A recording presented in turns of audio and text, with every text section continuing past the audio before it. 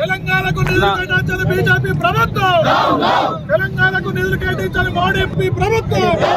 తెలంగాణ నిధులు మోడీకి హటావ్, మోడీకి హటావ్.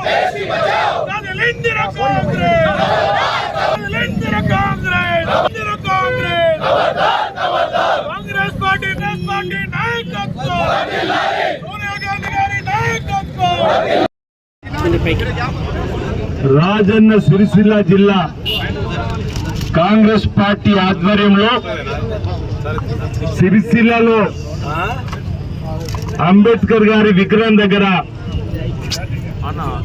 కేంద్ర భారతీయ జనతా పార్టీ ప్రభుత్వం బడ్జెట్ ప్రవేశపెట్టిన సందర్భంలో తెలంగాణకు అన్నా పైస ఇవ్వకుండా విస్మరించినందుకు నిరసనగా ప్రదేశ్ కాంగ్రెస్ కమిటీ అధ్యక్షులు మహేష్ కుమార్ గౌడ్ గారి ఆదేశాలు, గౌరవ ముఖ్యమంత్రి శ్రీ రేవంత్ రెడ్డి గారి ఆదేశాల మేరకు జిల్లా వ్యాప్తంగా ఉన్నటువంటి కాంగ్రెస్ పార్టీ నాయకత్వం హోదాలో ఉన్నటువంటి వారి ఆధ్వర్యంలో ఈరోజు ఈ సిరిసిల్ల జిల్లా కేంద్రంలో మా నిరసన వ్యక్తం చేస్తూ భారతీయ జనతా పార్టీ ప్రభుత్వ మొండి వైఖరిని నిరసిస్తూ ఎన్నికలు ఎక్కడుంటే అక్కడికి కేంద్ర ప్రభుత్వ బడ్జెట్ లో నిధులు ఎక్కువగా కేటాయించి పలుమార్లు బీహార్కు, పలుమార్లు పక్కనున్నటువంటి మిత్రపక్షమైనటువంటి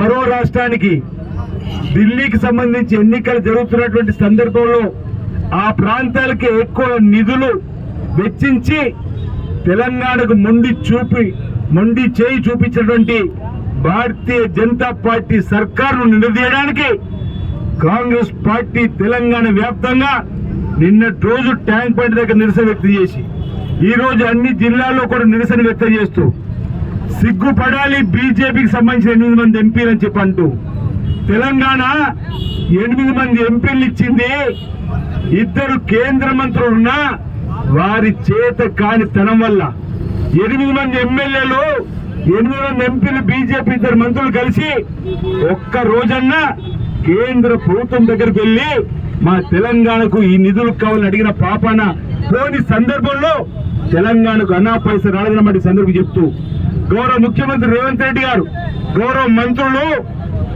బేసిజాలకు పోకుండా ఓ సభలో మా గౌరవ ముఖ్యమంత్రి నరేంద్ర మోడీని పెద్దన్న పాత్ర పోషించి అన్ని రాష్ట్రాలు సమన్వయం చేయమంటే మన దగ్గర బయ్యారం ఉక్కు ఫ్యాక్టరీ గురించి చర్చ లేదు, కానీ పక్కన విశాఖ స్టీల్ గురించి మాట్లాడతారు. మన దగ్గర పాలమూరు రంగారెడ్డి జాతీయ హోదా గురించి లేదు, పక్కన పోలవరం సంబంధించి నిధులు ఎక్కువగా ఇచ్చేటువంటి కార్యక్రమం. ఇంచుమించు అనేక లక్షల కోట్లకు సంబంధించినటువంటి పెండింగ్ పనులు ఈరోజు 4th సిటీ ఏర్పాటు చేస్తున్నాం.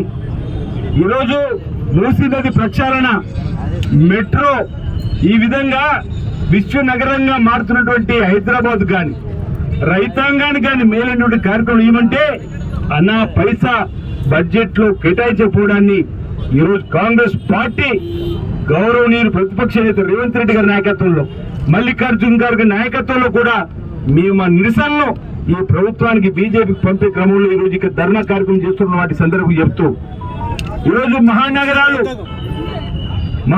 అభివృద్ధి చెందుతేనే ఈ దేశం అభివృద్ధి చెందే అవకాశం ఉంది. ఓవైపు కోలకత్తా, ఢిల్లీ, ముంబై, బెంగళూరు, చెన్నై, ఆ సరసన హైదరాబాద్ విశ్వ నగరంగా ముందుకు పోతుంటే అన్న పైస కూడా ఇవ్వకుండా కాంగ్రెస్ పార్టీ సర్కార్ పైన చిన్న చూపు చూడండి. మేము నరేంద్ర మోడీ గారి ప్రధానమంత్రి వైఖరిని తప్పడుతా ఉన్నాం. మహిళా మంత్రిగా నిర్మలా సీతారామన్ గారు పెట్టినటువంటి దానిలో మహిళలు కూడా చేతునిచ్చేటువంటి సందర్భం లేదు. స్ట్రీట్ వర్కర్లకు ఏదైతే మహానగరం ఉన్నటువంటి ఈరోజు స్ట్రీట్ వర్కర్లకు కూడా చేతునిచ్చేటువంటి సందర్భం కనిపోయింది.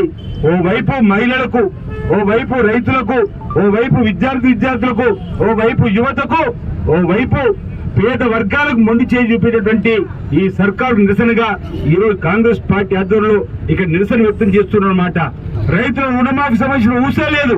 ఇక్కడ ఈ రాష్ట్రంలో రేవంత్ రెడ్డి గారి సర్కార్ 21,000 కోట్లు రుణమాఫీ చేసి ముందుకు పోతుంటే దేశవ్యాప్తంగా ఇలాంటి పథకం తీసుకున్న ఆలోచన కూడా భారతీయ జనతా పార్టీకి రాకపోవడం శోచనీయమైన మాట.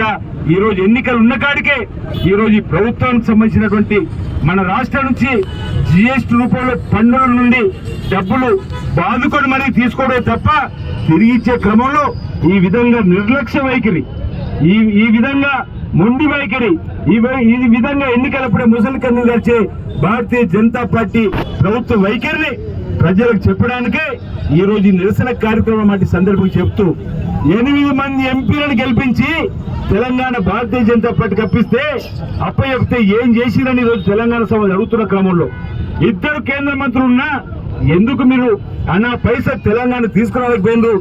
ఇది మీ చేతకాని తనం అవునా కాదా? మీరు నిర్లక్ష్య వైఖరి అవునా కాదా?